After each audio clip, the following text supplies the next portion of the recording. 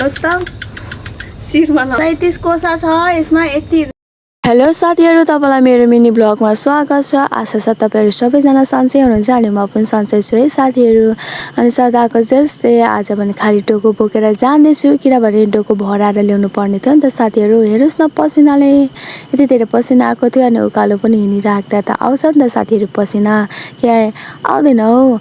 अनि त्यहाँदेखि केरा बगान पुगेपछि त केराहरु मैले मजाले देखाउँदैछु तपाईहरुलाई। अनि केरा बगानहरु हेर्नुस् यति राम्रो यति सफा देखेको थियो त मलाई मात्रै हो कि तपाईहरुलाई पनि लाग्यो भन्नुस् है।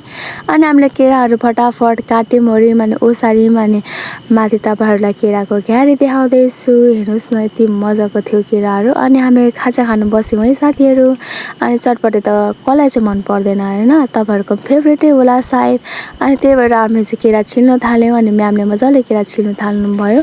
हामी चाहिँ यस्तो तरिकाले छिल्छौं है साथीहरु। अनि भारी बनाउन थाल्यौं। डोकोमा चाहिँ चारैपरि वरिपरि केराको पत्ता लायौं किन भन्दाखेरि केरा चाहिँ सेभ हुन्छ भनेर साथीहरु। अनि भारी पनि लाइसकेपछि त कोसीको भ्यू त यति राम्रो थियो अनि यो त छुटाउनै भएन, तपाईहरुलाई पनि देखाउनु पर्यो नि त साथीहरु। एउटा पाखामा केरा काटेर अर्को पाखामा गएको त झन् त्यहाँनिर हेर्नुस् न कोसीको पुल यति राम्रो थियो। अनि केरा काट्नुको लागि हेर्नु न गाडी भएर फाल्दैछ म्यामले। अनि केराहरु काटेर ओरेर भारी बनायौं अनि लाग्यौं है साथीहरु घरतिर। अनि किनभने टेम्पो आउँदैन नि त, आधी बाटो त बोकेरै लानुपर्छ। अनि हामीले दिनहरु यसरी बितायौं। तपाईहरुले कसरी बिताउनु हुँदैछ भन्नुस् है साथीहरु। अनि यो मेरो युट्युब च्यानल हो, सब्स्क्राइब गरिदिनु होला है। Bye bye.